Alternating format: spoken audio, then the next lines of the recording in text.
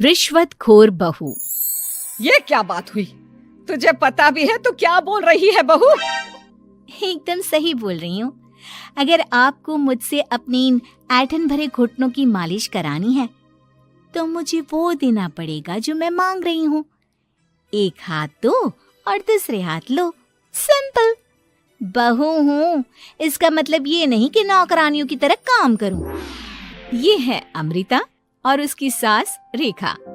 अमृता एक नई नवेली बहू है जिसकी शादी कुछ दिनों पहले ही रेखा के बेटे माधव के साथ हुई है। वैसे तो अमृता दिल की बहुत अच्छी है, लेकिन वो कहते हैं ना कि खून का रंग तो दिखता ही है। बस वही डॉन की बेटी होने का रंग यहाँ अमृता में भी दिख रहा है, जो है रिश्वत लेना। जी हाँ, काम चाहे कितना भी छोटा या कितना भी बड़ा क्यों ना हो, हमारी अमृता बहू बिना रिश्वत लिए कुछ नहीं करती। चलिए देखते हैं आगे इनके साथ और क्या क्या होता है। रेखा और अमृता को लड़ते देख ससुर प्रेमचंद वहाँ आता है और कहता है, अरे क्या हुआ? काहे इतना तिल मिला रही हो रेखा? अरे कुछ बोलोगी भी या कानों में हड़ताल हो रखी है तुम दोनों के? देखिए ना पापा जी, माँ जी ने मुझे कहा कि मैं उनके घुटनों की मालिश कर दूं, लेकिन उसके बदले में माँ जी मुझे वो हीरो वाला पुश्तैनी हार देने से इनकार कर रही हैं। क्या? घुटनों की मालिश के लिए हीरो का पुश्तैनी हार कौन मांगता है बहू? पापा जी, आपको तो पता ही है ना, आपकी बहू कितनी सयानी है, हर कोई भी काम फ्री में नहीं करती। और अब शेखावत खानदान का आटा तो इतना भी गीला नहीं है कि अपनी बहू को हार ना दे पाए। क्यों माय डियर माँ जी? देखा आपने प्रेमचंद जी, ये अब मुझसे पुश्तैनी हार मांग रही है, कल को पूरा घर मांग लेगी। अरे जा जा, मैं खुद कर लूंगी अपनी मालिश। ठीक है, मुझे क्या। एंजॉय योर मालिश टाइम माँ जी। रात में जब पति महादेव दफ्तर से लौटकर घर आते हैं तभी कमरे में, अमू सुनो ना, मेरा वो लाल रंग का जो शर्ट है ना वो धो दो ना प्लीज। एक्चुअली कल मेरी एक इम्पोर्टेंट इंटरनेशनल क्लाइंट के साथ मीटिंग है, बहुत बड़ी डील का ऑफर है, इसलिए मैं अपनी उस लकी शर्ट को पहनकर जाना चाहता हूँ। अभी धो दो, रात भर में तो सूखी जाएगी, फिर कल अच्छे से कड़क वाली इस्त्री कर देना अपने शुभ शुभ हाथों से। जी नहीं, मैं ये सब ऐसे ही नहीं करने वाली। अगर काम करवाना है तो मेरी एक शर्त है। अरे यार, तुम और तुम्हारी शर्तें, बोलो क्या है? आपको मुझे 10 मनीष मल्होत्रा डिजाइनर की साड़ियां दिलानी होगी।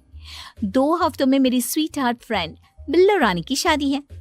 मैं वहां डिजाइनर साड़ी पहनकर जाऊंगी और सब कुछ जला दूंगी। माधव अपनी बीवी की बात सुनकर हैरान परेशान अपने सर पर हाथ रखकर बैठ जाता है। अरे तुम बीवी हो या आफत? तुम्हारे दिमाग में जंग लग गया है क्या? देखो इतने सारे पैसे नहीं है मेरे पास। तुम्हारी याददाश्त तो जगह पर है ना माधव, भूल गए? मैं एक डॉन की बेटी हूँ। अगर तुमने मेरे कहे मुताबिक काम नहीं किया तो तुम्हारे लाल शर्ट को दूर ही रखो, मेरे पापा तुम्हें ही लाल कर डालेंगे। ठीक है, चलो अब ज्यादा मत डराओ, तुम्हें जो चाहेगा मिल जाएगा। अब ये डर और रिश्वत का सिलसिला यूं ही चलता रहता है और इसी तरह समय बीतता रहता है। एक सुबह सब नाश्ते के टेबल पर बैठे थे, जहां अमृता सबके सामने एक व्हाइट बोर्ड लाती है जिस पर दिन भर के सारे कामों के रेट लिखे हुए थे। अब ये क्या है? टीचर नहीं बनने का इरादा है क्या तेरा? अगर हाँ तो अफसोस, बेचारे बच्चे, उनका भविष्य तो अंधेरे में है। आप लोग बेकार की बातें बंद कीजिए और आंखें खोलकर ठीक से पढ़िए क्या लिखा है। ये आज के सारे कामों के रेट्स हैं। आलू पराठे, चाय, दाल, रोटी, चावल, सब्जी, हलवा, मिठाई, रसोई की सफाई, वॉशिंग मशीन में कपड़े धोना, ओखल में मसाले कूटना और माँ जी और पापा जी की अलमारी की सफाई करना।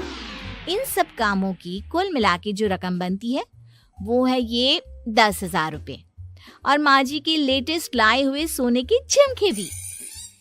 अमृता, तुम इंसान हो या हैवान? जरा तो दया करो हम पर।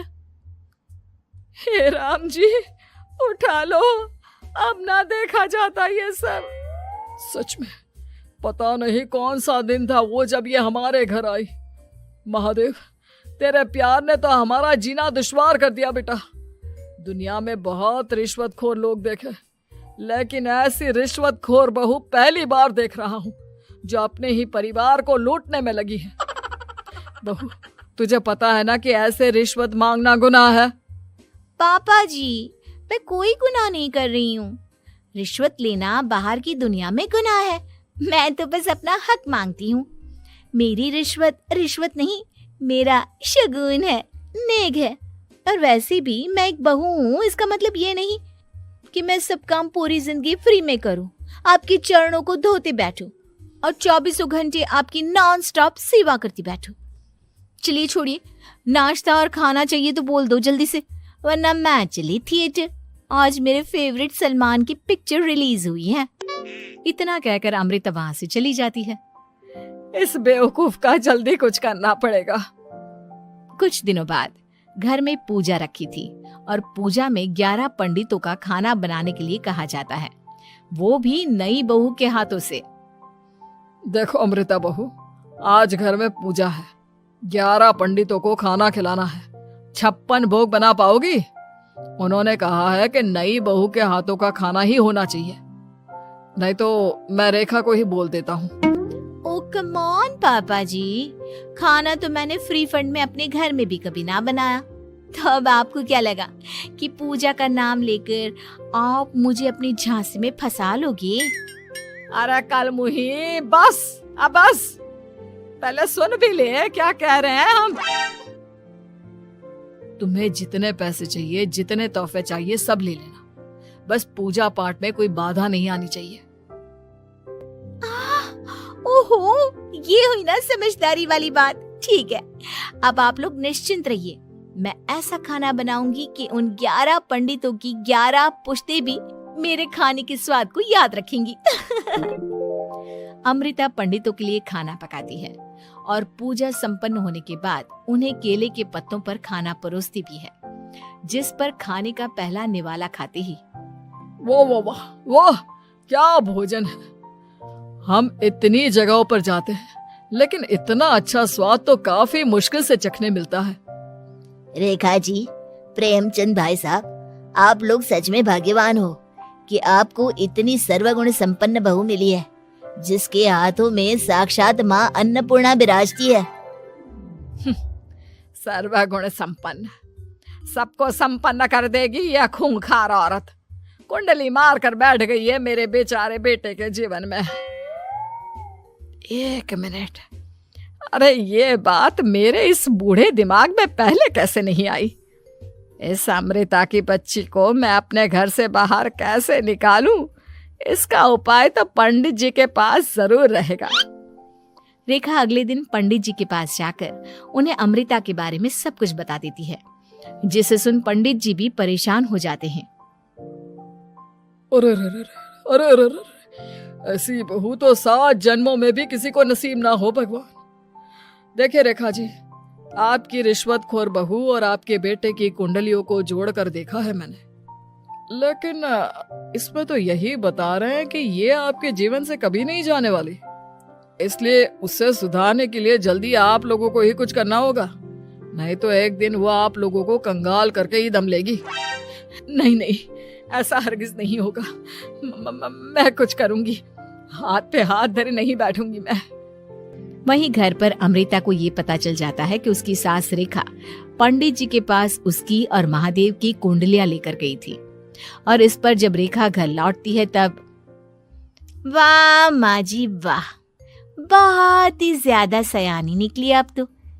लेकिन मैं आपको एक बात बताना चाहती हूँ कि मेरी और महादेव की कुंडलियां जोड़कर पूजा पाठ और हवन करके भी कुछ नहीं मिलेगा, क्योंकि मैं ऐसी बला हूँ जो आप सबकी जिंदगियों से अब कभी नहीं टलने वाली। फिर चाहे आप कितने भी टोटके हवन या उपाय कर लें। तो खुद को समझती क्या है रे बदतमीज, तुझसे बात करना तो दूर, मुझे तो तेरी शक्ल देखना भी नहीं पसंद।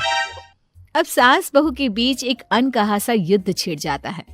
दिन बीतने लगते हैं, लेकिन एक दिन अचानक रेखा की तबीयत हद से ज्यादा खराब हो जाती है और उसे सांस लेने में भी काफी दिक्कत और परेशानी महसूस होती है।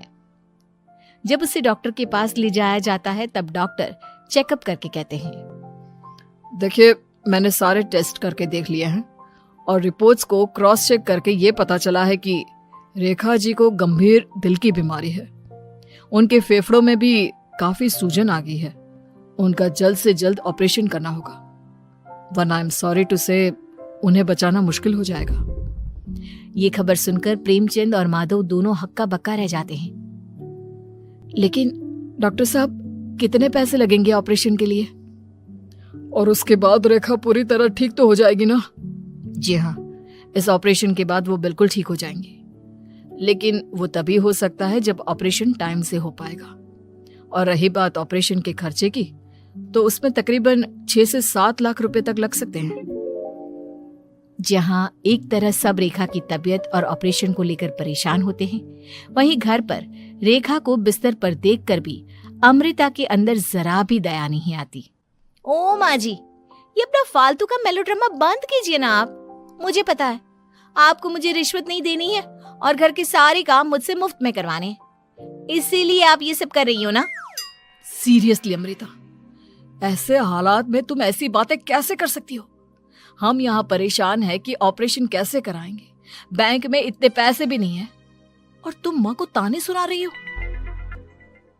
अरे अमृता बहू, मैं भला ढोंग क्यों करूंगी? हम 6 से 7 लाख का बंदोबस्त कैसे करेंगे? करेंगे पापा, कैसे भी करेंगे।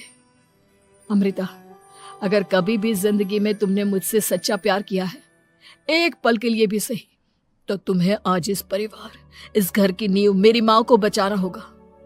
हमने अपना सब कुछ तुम्हें दे दिया है, अब तुम्हारी बारी है अपने किए का हिसाब चुकाने की। मुझे पता है तुम्हारे अंदर भी दिल है। अमृता बिना कुछ कहे वहां से चली जाती है और अपने कमरे में जाकर वो अलमारी में से अपनी माँ की तस्वीर को निकालकर अपने सीने से लगाती है और भावुक हो जाती है। माँ, आपके जाने के बाद पापा ने ही मेरा ख्याल रखा, लेकिन उनकी वजह से ही मुझ में काफी बुरी आदतें भी आ गई। शायद मुझे इतना बुरा आपकी गैर मौजूदगी ने ही बनाया। मैंने कभी आपकी लोरी नहीं सुनी, आपकी गोद में नहीं सोई, आपके हाथों से अपने बालों की चंपी नहीं करवाई, क्योंकि वक्त से पहले ही आप मुझे यहाँ छोड़कर चली गई। लेकिन अब मैंने जितना भी इस घर से लिया है, उतना सूद समेत चुकाने की बारी आ गई है। अब मैं अपने रहते अपने प्यार को भी उसी दर्द से नहीं गुजरने दे सकती जो मैंने आपके नहीं होने से सहा है। अमृता तुरंत ही अपने सारे पैसे और गहने माधव को लौटा देती है और रेखा का ऑपरेशन किया जाता है। रेखा ठीक हो जाती है और जब घर आती है तब अमृता दरवाजे पर आरती की थाली लिए खड़ी होती है। वेलकम होम माँ जी, आई मिस्ड यू। पता है कितने दिनों से किसी के भी साथ लड़ाई नहीं की थी मैंने, और ना ही किसी से रिश्वत मिली मुझे। क्या? हमें तो लगा था कि तेरी अकल ठिकाने आ गई है, लेकिन तू तो अभी भी जैसी की तैसी ही है। माँ जी, पूरी बात तो सुनिए। हाँ, ये सच है कि मैं रिश्वत लिए बिना नहीं रह सकती लेकिन अब ना मेरी रिश्वत बदल गई है। अब मुझे हर काम के बदले झप्पी, अपनापन, प्यार और अपनी इस माँ का दुलार चाहिए।